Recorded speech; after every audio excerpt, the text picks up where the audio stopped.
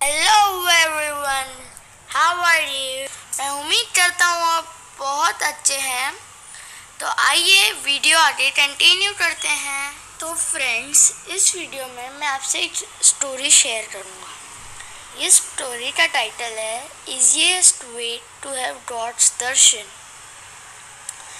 एक बार की बात है, एक स्टूडेंट अपने क्लास में सर से पूछता है कि सर, हम गॉड को देख सकते हैं, हम गॉड के दर्शन कैसे ले सकते हैं।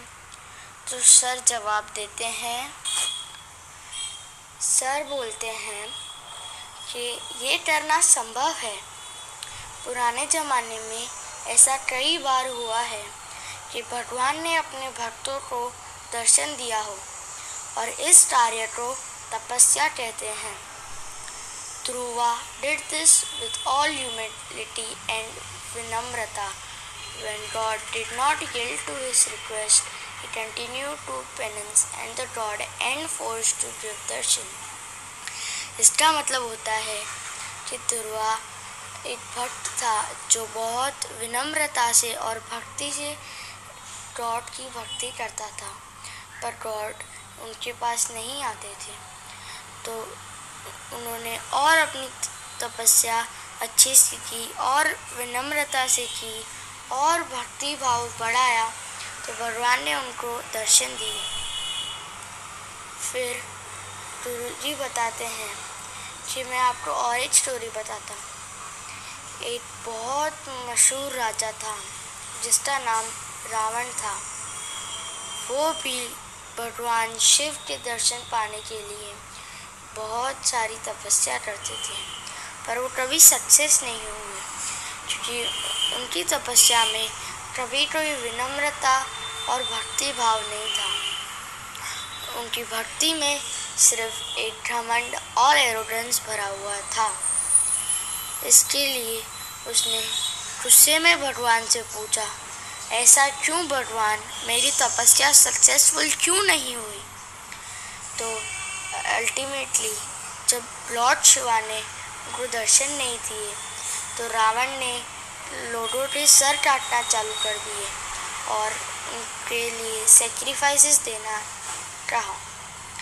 This extreme penance forced even lord Shiva to give darshan. यह भी एक कार्य था जिसकी वजह से लॉर्ड शिवा को आना पड़ा रावण को दर्शन देने। फिर वो बच्चा जो कहानी सुन रहा था, वो गुरुजी से कहता है, सर मुझे अभी भी नहीं समझ में आया, आप एक और कहानी सुनाएंगे। तो सर कहते हैं, हाँ हाँ ज़रूर सुनाएंगे। तो सर समझाते हैं, एक बार की बात है, मणिपाल कर्नाटका में एक जगह है, उसको उदुपी कहा जाता है। वहाँ पर एक बहुत फेमस टेम्पल है जिसका नाम कनक दास टेम्पल है। इस टेम्पल की भी एक बहुत मशहूर स्टोरी है कि कनक दास एक शूद्र कृष्ण भगवान का भक्त था, पर लोग उसे इस मंदिर में आने की इजाज़त नहीं देते थे, उसे धक्का मारकर बाहर निकाल के देते थे। तो वह प्रतिदिन पीछे से जाकर, मतलब वो हर रोज़ जो मंदिर था उसके पीछे से जाता था कृष्ण भगवान के दर्शन देने। वो हर रोज़ ऐसा दिन में 2 बार करता था। फिर एक दिन ऐसा भी आया जब वो भक्ति कर रहा था कृष्ण भगवान की, तो उसने देखा कि जो भगवान कृष्ण की मूर्ति थी वो पूरी वहाँ से जो उल्टी पड़ी थी वो सीधी उसकी तरफ घूम गई। इसके लिए आज तक वो स्टैचू अभी तक उल्टा ही पड़ा है। कृष्ण भगवान का स्टैचू आज तक भी उधर उल्टा ही पड़ा है। फिर गुरुजी समझाते हैं कि बेटा देखो, 2 कार्य होते हैं। पहला जो ध्रुवा और कनक दास भक्तों ने किया, वो इतनी भक्ति करते हैं, इतनी विनम्रता जताते हैं, इतना भक्ति भाव से तपस्या करते हैं कि भगवान को न चाहते हुए भी उनकी जो भक्ति है वो उनके पास खींची ले आती है। किंतु फिर गुरुजी बताते हैं कि कई भक्त रावण की तरह भी होते हैं जो इतने गलत कार्य करते हैं कि भगवान को उनको दर्शन देने आना ही पड़ता है।